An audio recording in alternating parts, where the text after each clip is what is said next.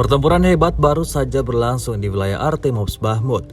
Hal itu dibuktikan dari sebuah rekaman yang ramai beredar di media sosial Telegram pada Kamis 11 Mei 2023. Dalam rekaman tersebut menunjukkan kendaraan lapis baja tentara Ukraina yang rusak parah.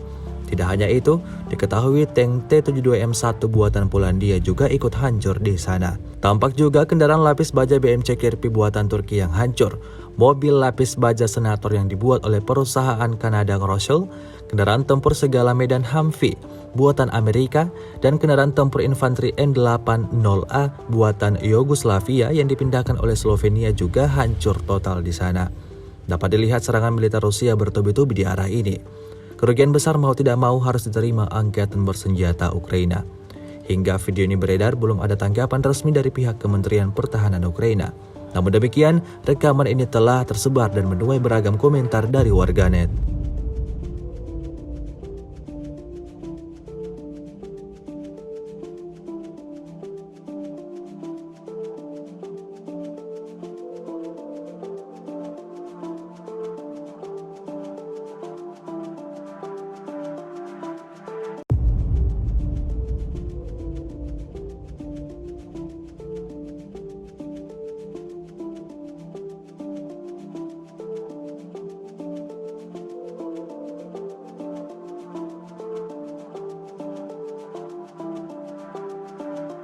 Rusia melaporkan secara total 420 pesawat Ukraina, 230 helikopter, 4.062 UAV, 421 sistem rudal anti pesawat dieliminir sejak awal operasi khusus.